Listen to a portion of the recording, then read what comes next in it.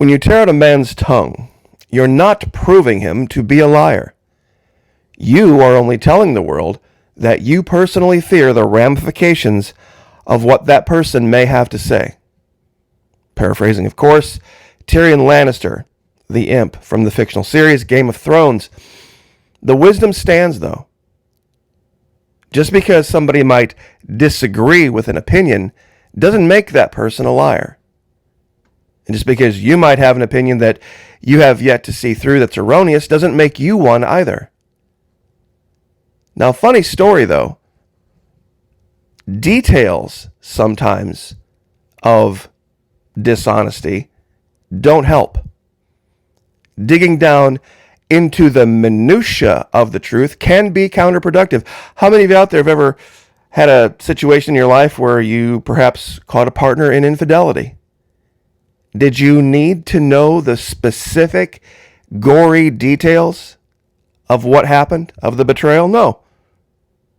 Now, does that mean something was being withheld from you that would have made a difference? Also no. You see, there's something going on right now online, all over the world. All over the world right now, people are addicted to something called outrage porn. And not only do they want to find out things that to be outraged about, they want the detailed, absolute, specific minutia of every little thing that is being done wrong to anyone, anywhere, all over the world, so that they can be outraged about it. We do a full breakdown of this Florida Marquee Patreon channel. $5 level. Of course, this is the next level up. It's the video that I was promising last couple of days over there. If you'd like to join us, base level, $2 a month this particular video. We have a couple of videos recently for that level, plus many, many, many more going back years. But this newest video is for the $5 a month level and up, 5, 10, and 15. Those are the 4 levels, 2, 5, 10, and 15. Love to have you over there. I think you'd really enjoy this particular video, because calling it outrage porn is something that not a lot of people have thought of, but it serves the exact same effect as classic porn does. It satisfies an emotional need temporarily. Now, once again, fully refundable, first 90 days, Florida Marquee Patreon channel. Check the description box. All the links are down there. Love to have you. How many of you remember when everyone was so excited about Elon Musk taking over Twitter and now calling it X? He said, well, I'm going to go there and I'm going to clean house. And I'm going to get rid of all of these people whom I disagree with, all of these liberals, all of these progressives, all these Democrats who I don't like and I don't agree with, and I'm going to get rid of all of them. And I'm going to install a whole bunch of people that I agree with, and then I'm going to call it freedom and fairness. And what do we see now? What do we see now on X? Just different kinds of censorship, different kinds of tongues being cut out. That's the only difference. Case in point, X suspends Going Underground account. Now, to be very truthful, I had never heard of Going Underground with Afshin Ratansi, which aired on RT. Never heard of it. But this has happened many times over there since he took it over. The TV program, which airs on RT, had over 160,000 followers on the platform. That's generally speaking right about the same amount of subscribers that I have on YouTube, about 128,000, in that range, between 100 and 150, 200,000. It was taken down for quote-unquote violating X rules against inauthentic behavior, but they didn't ever specify what behavior. It was only after they took this show down. Now, I'd never seen it, never heard of it. But the rule applies. The same rule applies. What did this particular show do? What caused them to be removed from X's platform? They talked about U.S. President Donald Trump recently taking an interest in Gaza, taking an interest in taking over Gaza, and tying that to the huge amount of oil and natural gas reserves that have been found under Gaza.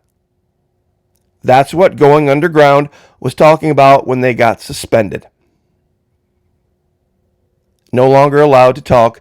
Their tongue has been cut out of, figuratively speaking, their mouths. So nothing has really changed over there. It's selective outrage. Selective outrage. People were wanting to listen to this. They were wanting to, whether it was correct, whether it was not, the motivations. We can now see very clearly.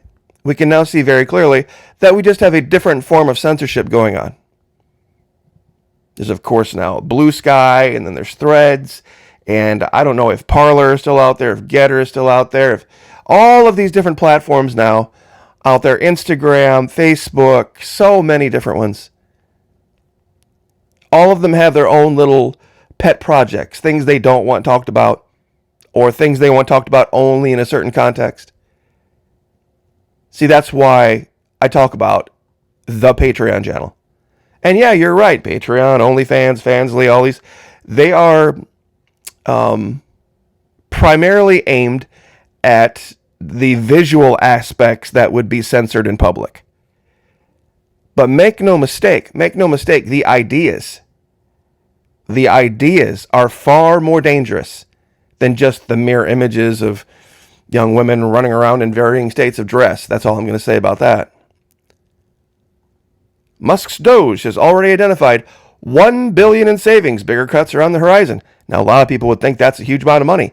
$1 billion, a couple weeks, okay.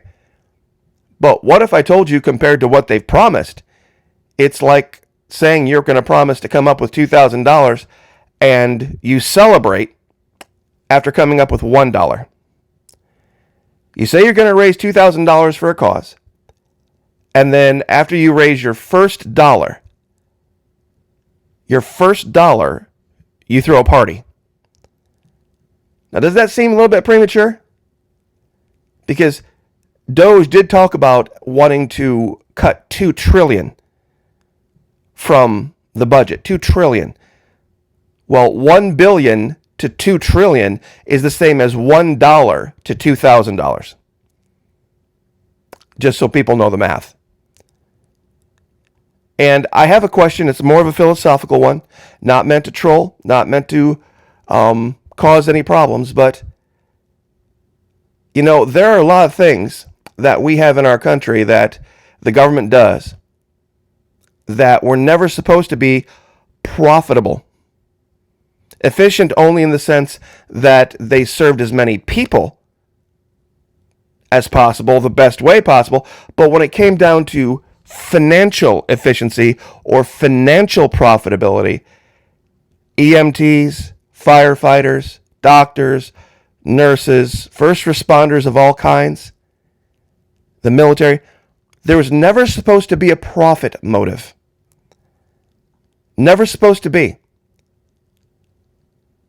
These were, by definition, these were public services that we were to cover the operating cost of, no matter what the operating cost was, versus however much tax revenue was brought in. That was never to be the case. That was never to be the case. In fact, it was the hallmark of civilization, was it not?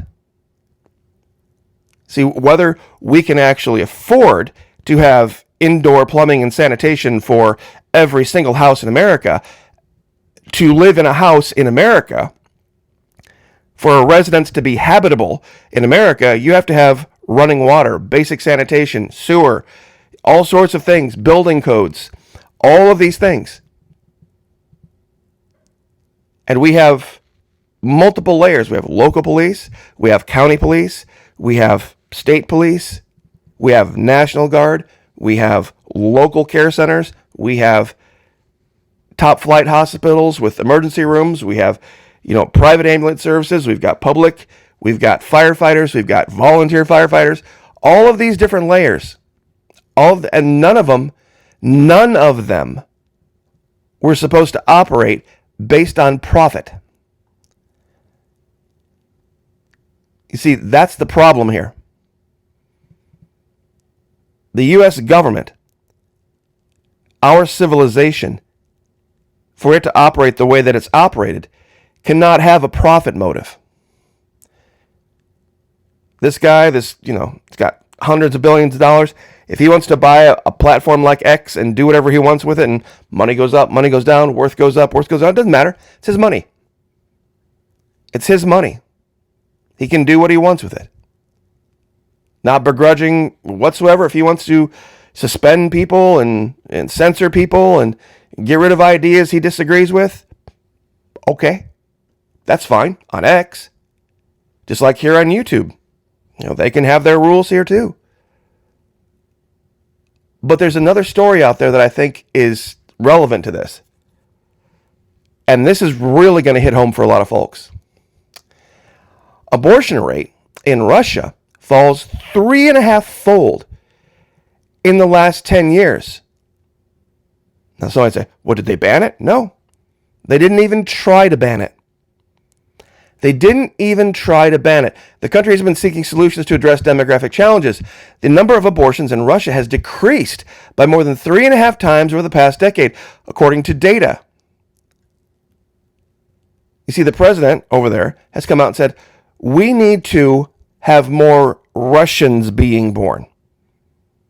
We need to have more Russians being born. People that are Russian, we need to have more of them. We're not having enough. In fact, our birth rate's 1.4. We need 2.1 kids per woman to maintain and 2.4 to grow.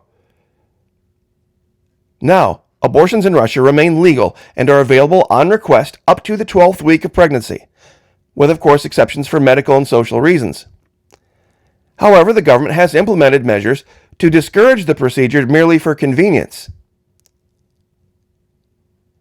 Now, you see, here's the problem.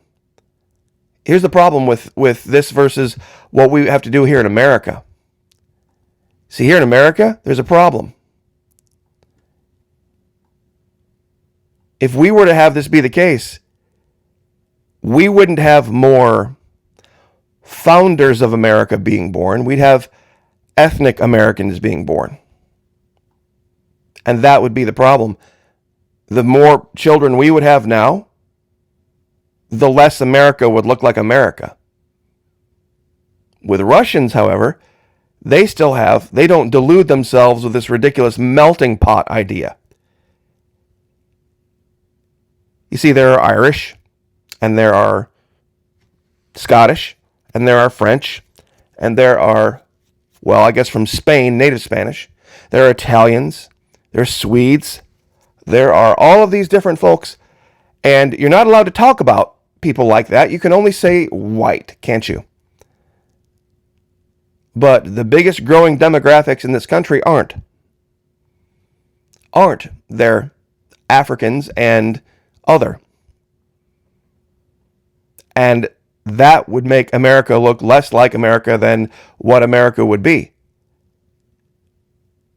You see, that's just the truth. That's just the reality of it, and that's what I tried to, and nobody agrees with me on this, and that's fine. Why so many were allowed to come in over the last 25 years is because amongst the descendants of French and English and Scottish and Irish and Finnish and German and Austrian and all of those groups of people not having babies, at least not 2.3 or 2.4 per woman, but other descendants from other places in the world, the Dash Americans, the whatever Dash American, I'm this American, that American, the other American,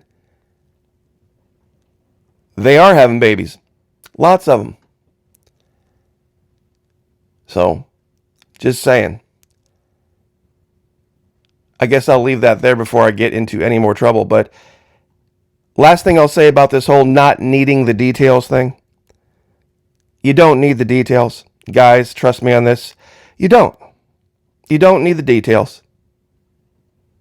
Trust me, she probably doesn't want to give them to you, if this were the case. But there was a great song from years and years ago, sung by a woman named Paulette Carlson. And the title of the song is called All the Reasons Why. And she wrote the song with two members of her band, the one person that she was breaking up with and the other person, the one she was getting together with. So,